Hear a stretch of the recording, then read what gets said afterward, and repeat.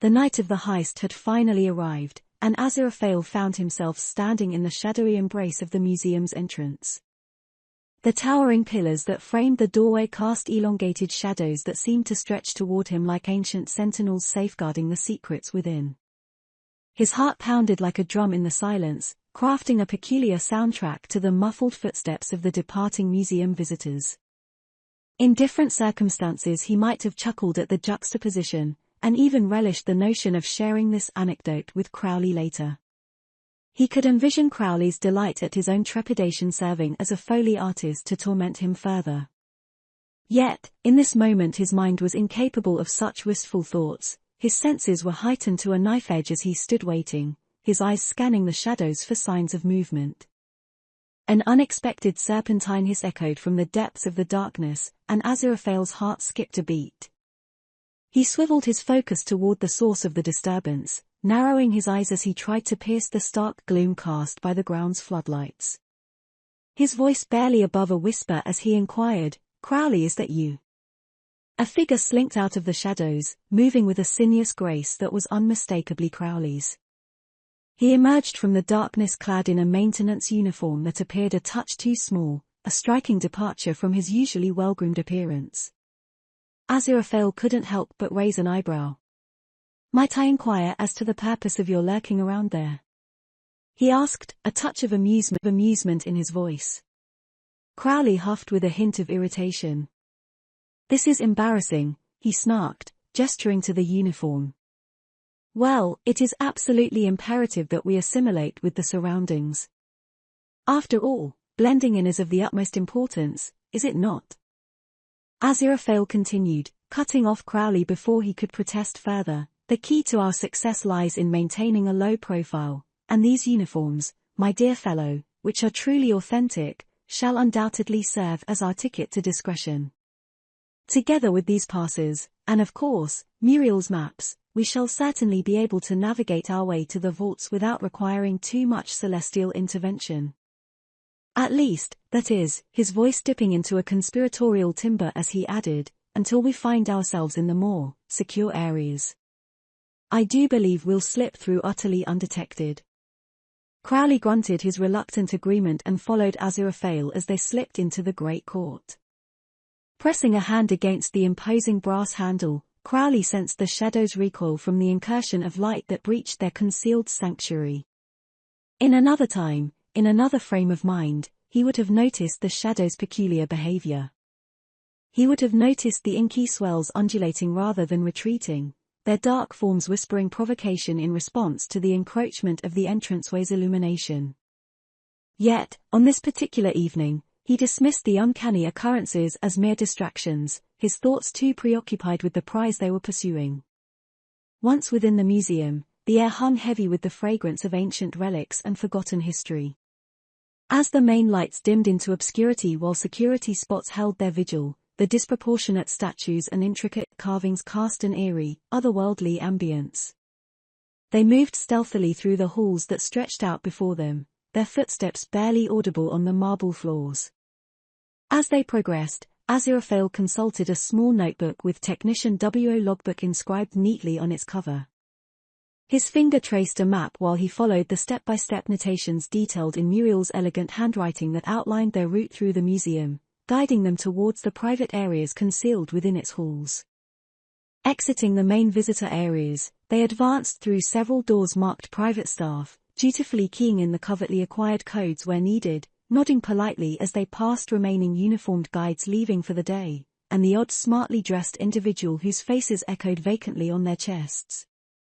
Navigating the long corridors, their journey culminated at a door of formidable stature. This door was locked with a keypad and marked, "Curators and Technicians Only," hinting that their path was indeed leading them in the right direction. Aziraphale gracefully keyed in another security code obtained by Muriel's newfound expertise. This time, the keypad responded with a subdued buzz. Consulting the notes which read, "This code changes weekly, might not be accurate." He waved his fingers over the keypad, and at his command, the door yielded with a satisfying click, granting them access. "I believe we don't need these anymore," Crowley huffed, as he snapped his fingers with an air of nonchalance. In an instant, the borrowed attire dissolved, replaced by their usual wardrobe. Aziraphale, appearing unfazed by the supernatural wardrobe change, guided them inside. Upon entering the secure area, he turned to Crowley, his tone tinged with exasperation. "You could do something helpful other than snark." Crowley scowled, his serpentine eyes narrowing. "I'm here, aren't I?" he snapped back, his irritation palpable. "Are you, though?" Aziraphale replied sardonically, his gaze filled with a touch of concern. He struggled to pinpoint the source of his worry, but contrary to the other's assertions, Crowley didn't appear any more demonic than his usual self. Instead, he seemed oddly detached, as though he were absent even while present, a heavy ghost haunting the moments they shared. Crowley let out an exasperated huff and followed reluctantly behind as they entered the poorly lit corridor. The feeble glow of emergency direction signs provided the only source of illumination and guidance through the gloom to the vaults beyond the locked door. The underground archives embraced them with a chilly air, akin to a wintry caress, casting an unsettling ambience over their journey. "Let's just get this done, shall we?"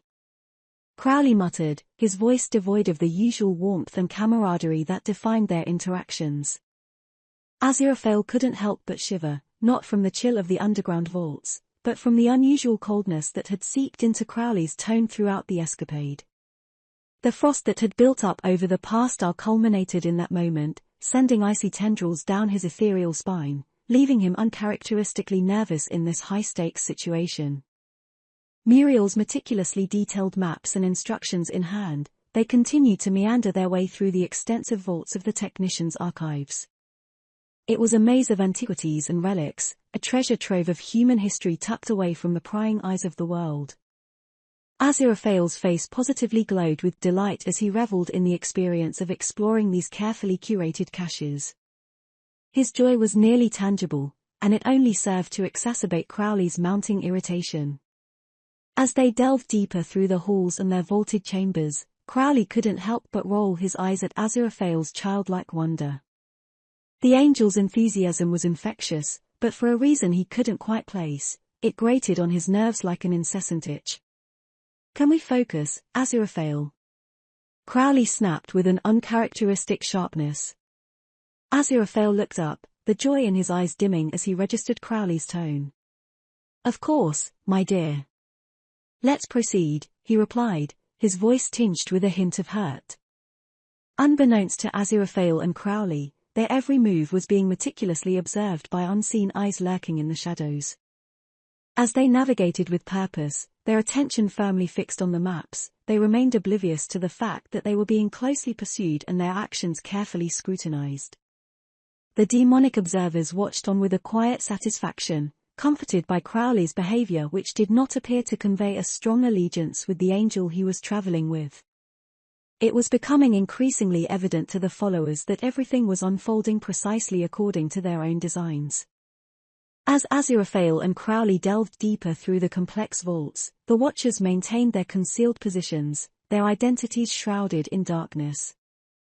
They were acutely aware that the pursued beings had no inkling of being shadowed, and the secrets they were on the verge of uncovering seemed tantalizingly within reach.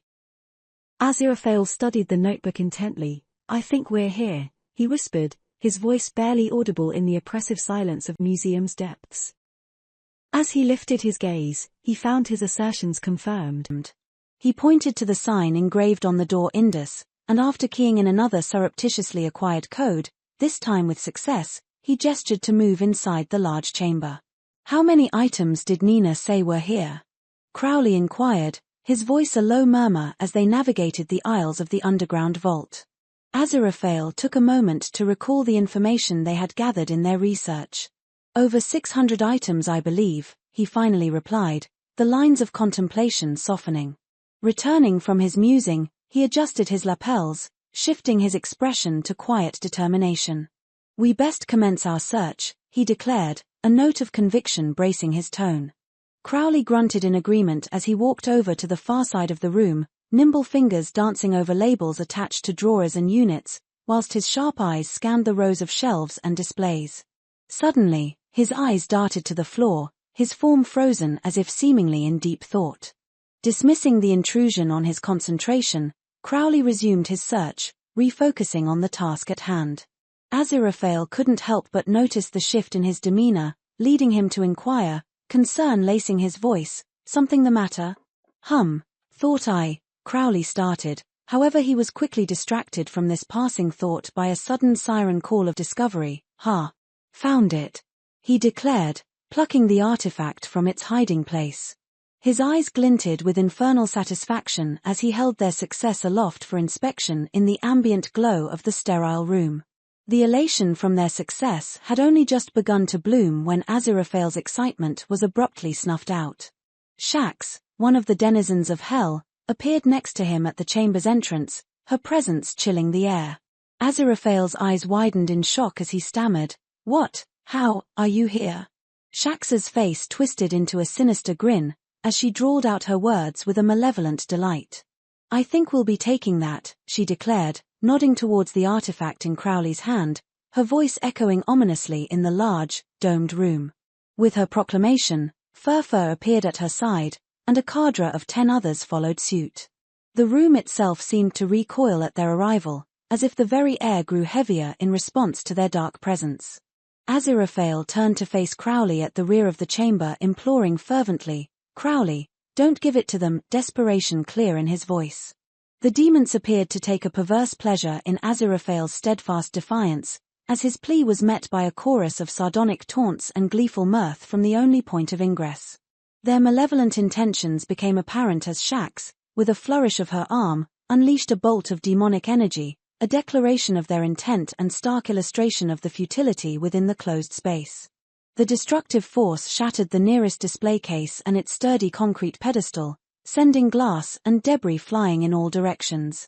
The room erupted in a chaotic cloud as dust and shrapnel enveloped the duo, the jagged projectiles cutting through fabric and flesh with ruthless precision.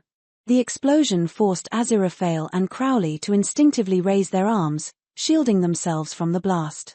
When the turmoil subsided, Aziraphale turned back towards the cause of the commotion, gracefully regaining his posture as he faced the entrance with unwavering determination. Crowley, on the other hand, standing further back in the room, remained fixed on a slender stream of crimson slowly meandering its way down the back of Aziraphale's ear. The droplet clung to his collar, blooming as it touched the fabric. In that singular moment, everything felt strangely numb, as though the world itself was disintegrating, every trivial concern and fleeting distraction dissolving into the ether, leaving behind only the haunting spectacle of blood tracing its delicate dance along his friend's skin. A jolt of interruption pulled his attention away as the drawl of Shax's voice resonated in the entranceway. "Oh, I don't think you have a choice in the matter," Shax jeered in her deep velveteen voice. Aziraphale, determined to protect the artifact, focused austerely on the demonic group, his resolve etched upon his countenance. He began to gather words of reason, a plea for sanity amidst the chaos, but before he could complete a single utterance, Furfur surged ahead of the infernal line, striding several paces out into the open. Then, with a sudden burst of fury, he struck Aziraphale with a powerful blow that sent him sprawling to the ground. The angel lay dazed, struggling to rise, his head spinning from the impact. With a singular guttural roar, "No!" Crowley threw himself towards the entrance of the room, instinctively racing forward. Yet, his actions were met with a tremendous force striking him in the center of his chest, knocking him off his feet and sending him flying to the other side of the room with an inhuman intensity. Colliding with the chamber's unforgiving concrete wall, a racking cough was forced from Crowley, expelling a splatter of blood into the palm of his hand. The chill of the tiled surface provided a fleeting sense of cool relief as he leaned against its unforgiving expanse, his gaze lingering on the macabre expulsion. His vision blurred and body aching, Aziraphale managed to regain his stance, his resolve unshaken as he heard Crowley being propelled backwards by an attack he could not see. But he was still too close to the malevolent throng of demons to risk any decisive moves. As he struggled to formulate a course of action, another ruthless blow landed, forcing a cry from his lips as he was struck down once more, leaving him exposed and disoriented. As he crumpled to the ground, his body protesting in agony, rough hands seized him, dragging him relentlessly toward the seething horde, wrenching his arm into submission. That scream wrenched from Aziraphale shattered Crowley's dazed fixation on the contents within his palm. The sound tore through the haze, lashing invisible chains around his core, constricting his very breath. His head swam in the suffocating grip, his thoughts clouded as he struggled to grasp the unfolding scene. A gut-wrenching snap followed, the dull sound reverberating through his demonic soul. In that instant he comprehended the shocking effect of those human contraptions designed to snatch each other from the precipice of oblivion as an electric surge of his own making coursed through him, catapulting him unceremoniously into the present moment. In that moment, everything intensified, his very touch tingled with newfound sensitivity, his diabolical heart pounded stridently in its infernal chamber, and his ears perked up with the acuity of an owl's. But above all, an incandescent rage, an otherworldly fury, seethed in the pit of his being. His insides smoldered with an infernal wrath beyond measure. "Stop!" he commanded, with such a force that the room seemed to freeze in shock. The dust and debris that had clouded the room, suspended midair as if the laws of nature had just been abruptly revoked. Then, all at once, the particles plummeted to the vault's floor with an otherworldly immediacy. The air, dense and crackling, vibrated with unnatural energy. A thunderous hush fell over the chamber. The floor quivered. The walls trembled in response to the undeniable power of his words. As the demonic group shrunk back in obvious terror at this display of commanding talents, Shax alone regarded Crowley with a sly, knowing smirk that played across her features. She subtly shifted her stance, indicating her dominion over the situation. Her dark obsidian eyes shifted from Aziraphale, ensnared in her merciless grip, to Crowley, alone and cornered, and then to the figurine clutched in his hand. She tilted her head, resembling a cat evaluating its prey. "Now, why would we want to do that?" she purred, her voice dripping with malevolence. With a cruel twist, she strained Aziraphale's obviously broken arm, extracting a suppressed moan at the earthly pain from the angel. "He's their supreme archangel," Crowley asserted with conviction. "If you lay another claw on him, you'll start a war with heaven. Right here. Right now." He straightened, regaining his usual air of confidence and authority. "Are you truly prepared for those consequences?" His gaze bore into the assembled demons, a silent challenge hung heavy in the air, a reminder of the disastrous repercussions that could be unleashed with a single wrong move. Crowley's devious mind raced through the possibilities, calculating the best strategic move before settling on the only obvious tact at his disposal. "You can have the thing," Crowley declared, his voice carrying an air of calculated indifference. "This is what you came here for, isn't it?" He held the artifact with an air of nonchalance, as if it had always been his intention to place it into demonic hands. Making eye contact with Furfur, Crowley proffered a conspiratorial wink as subtle as a foghorn on a still, summer's evening to underlie his forthcoming proposition. "Release him, and the key is yours," Crowley declared with a calm and matter-of-fact tone. The ensuing silence gripped the vault with a suspenseful breath as Crowley's eyes bore into Furfur with an expectant and encouraging eagerness, reminiscent of a stagehand cueing lines to an actor frozen in the spotlight. A flicker of fractured contemplation danced in Furfur's infernal eyes as he stared blankly towards Crowley. At last, he raised his chin in a silent agreement, recognizing the unspoken understanding that had piloted its way between them. "Oh, yes," Furfur drawled, elongating each syllable with a forced and artificial tone. His voice dripping with arrogance as he continued, his words extruding like a viscous substance as he savored the moment. "Of course, Crowley," he added with an exaggerated surreptitious wink of his own, "I think we can agree to that." Furfur's intent was crystal clear. Crowley could almost see the cogs of Furfur's cognition revolving before him. Despite evidently being in need of a good oiling, it was also apparent that he understood the deal.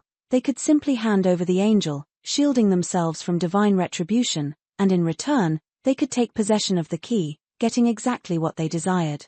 Furfur's inability to act convincingly to conceal his duplicity only served to reassure Crowley that his own deception was succeeding. They were buying into his plan. A bit slower on the uptake, Shax shot Furfur a venomous, incredulous look, her eyes brimming with suspicion and distrust. However, noting his attention was diverted elsewhere, her gaze followed his sideways glance at her feet toward Aziraphale, and suddenly everything became clear to her. They both observed the angel, his eyes clenched shut, a single tear tracing a path down his cheek, his head bowed in a heartbreaking display of apparent betrayal. What neither of them noticed was the faint, exasperated huff Aziraphale had let out moments earlier, followed by a long-suffering eye roll as he begrudgingly realized the role Crowley was nudging him into. With evident reluctance and no small amount of dramatic flair, he'd slumped further, adjusting his expression to one of poetic anguish. Shax and Furfur, oblivious, drank it in with fiendish delight. To them, the angel was broken, his fate dangling on a string. And Crowley, their clever little puppet, was orchestrating this theatrical delight at the expense of the defeated angel, whose destiny appeared to hang intoxicatingly at their whim. With an air of graceful confidence, Crowley stepped forward and extended the coveted key. "A more paranoid demon might think you didn't trust me," he remarked cuttingly, a playful hint in his tone as he relished Furfur's nearly apologetic expression. "I believe our business is concluded." "I agree," Furfur concurred, sneering gleefully down at Aziraphale, who made no effort to conceal the pain of the treachery etched across his countenance. To the watching demons, it was the sting of betrayal. In truth, it was the sting of Crowley's boot. As he'd swept toward the throng, Crowley had delivered a sly, deliberate kick to Aziraphale's leg, a wordless jab at the angel's lack of acting prowess. In response, the angel cast a sharp glare with a flicker of smoldering resentment, which only added fuel to the illusion. A divine delectation served unwittingly, yet perfectly timed, for the demonic throng who savored every morsel of discord in this celestial drama. "We'll leave you to deal with that, then," Furfur jeered, a mocking gesture toward Aziraphale. He then shifted his focus toward Shax, engaging her in a gloating look that proclaimed his infernal prowess in the part he'd played in their plans. Satisfied with the spectacle they had orchestrated, Shax, Furfur, and their diabolical horde vanished into the shadows.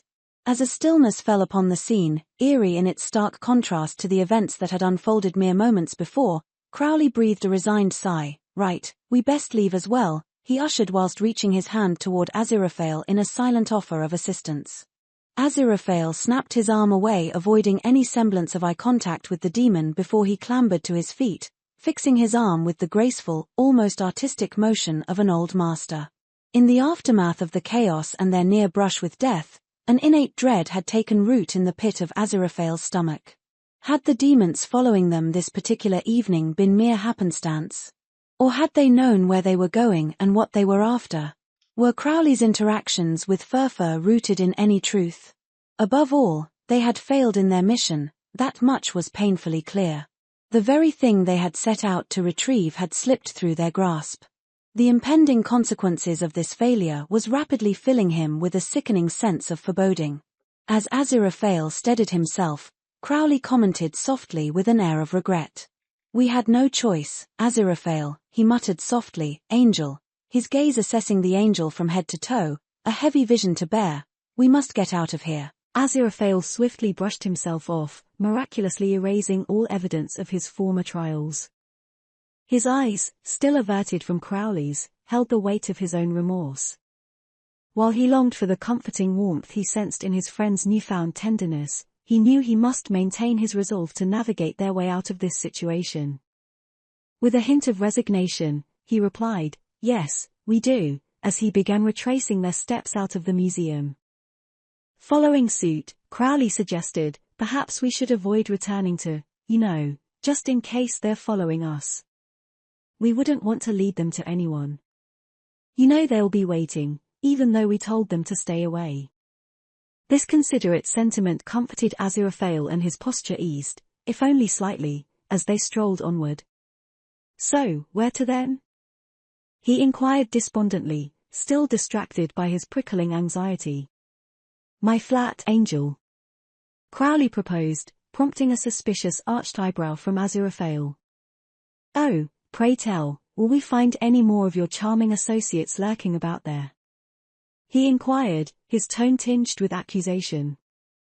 "Oh, come on," Crowley retorted playfully. "What precisely do you anticipate me to ponder upon?" Aziraphale shot back, not quite in the mood for jesting, a trace of exasperation creeping into his tone. The line between reality and theatrics had been blurred, making it challenging to discern his genuine sentiments amid the evening's elaborate performance. After all, Aziraphale was an angel, and lacked the practiced finesse of his diabolical friend in these intricate games. In this very moment, he found himself torn between his longing to fully embrace the shift in Crowley's demeanor, and the lingering doubts gnawing at the pit of his stomach. "I would expect a little something, Angel, after how many thousands of years?" Crowley deplored, his gaze dropping to the ground. Aziraphale responded with measured restraint. "Well, you are still a demon. And might I add, a mien you have been voraciously advocating of recent."